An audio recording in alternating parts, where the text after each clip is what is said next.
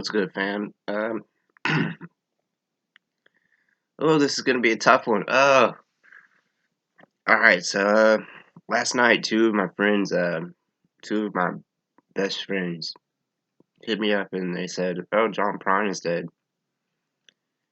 So I Bing searched that shit and I Googled it and I couldn't find anything that really said that he was.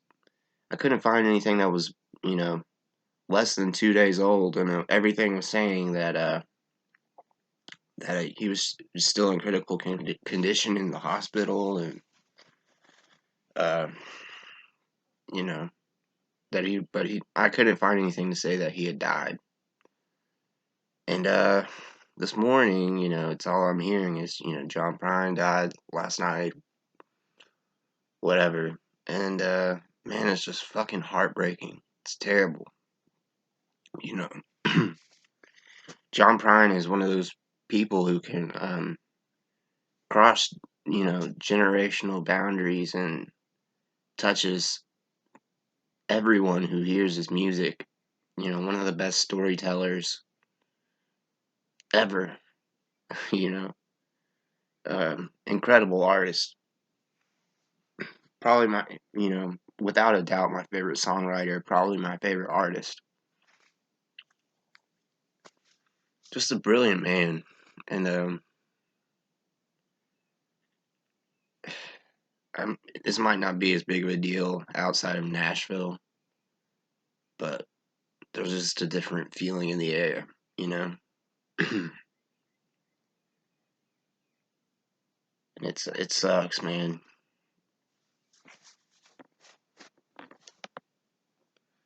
I've I used to hang out with my dad on Sundays, and we would ride around and listen to John Prine, and my dad would, he would be like, "Oh yeah, listen to this song. This song is really funny or whatever."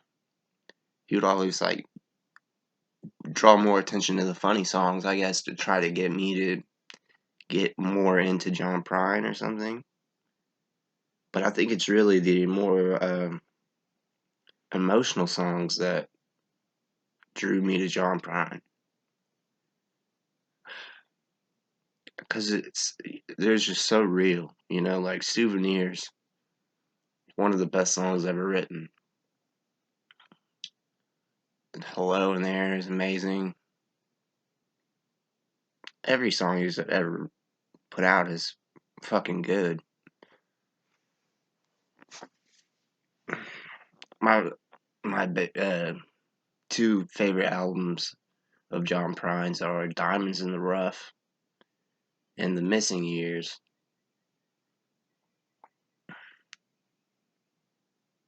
I think Diamonds in the Rough was his first album.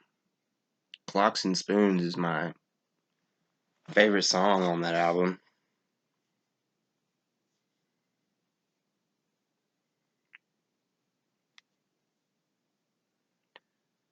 But he's just such an inspirational figure in in our culture. Someone who came into the scene and was pretty instantly accepted as being one of these savant songwriter types. And then he got sober and took off. He was even better when he got sober, and that's just something that's very rare. I feel like.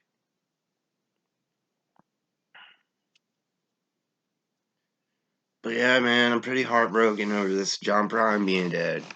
You know, that's terrible news. that's nothing that There's nothing that you want to hear about. I mean, I know he was old. He was very he's getting close to 80, if not already. But still no fun, John Prine is one of my heroes. He used to come into my dad's shop sometimes and get stuff fixed or shop around, and I've heard that he was a very nice man. Uh, you know, never had much of never had that big ego like he was this legend, but he's a legend.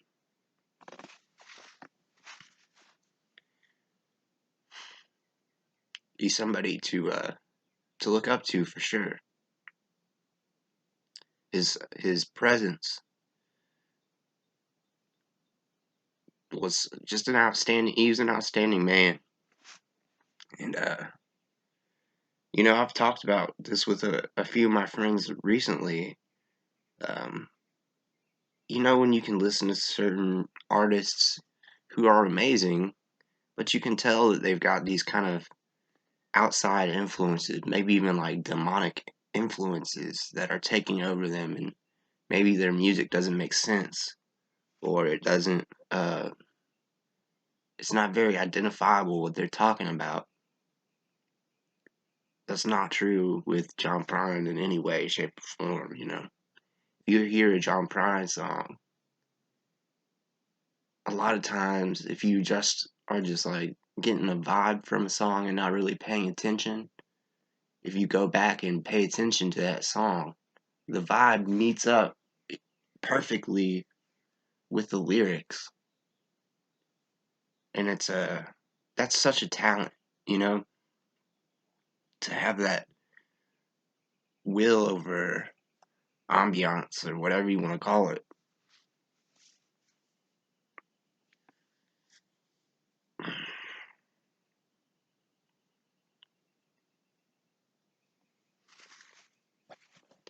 So yeah, top 5 John Prine songs: Glocks and Spoons,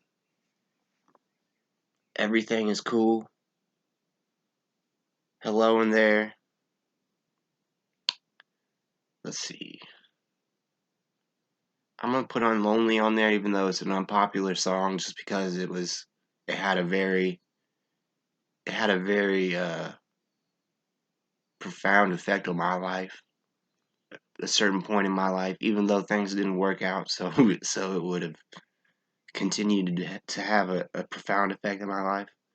But it's a great song anyway. I love it. And then 5, I'm gonna put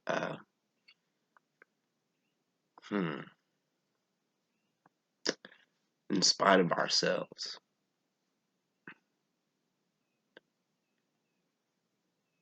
for the same reason as I would put the last song, but same reason I would put on Lonely on there.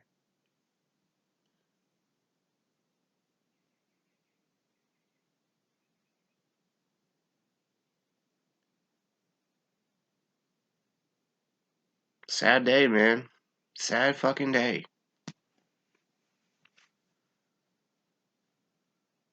I love you guys. Peace.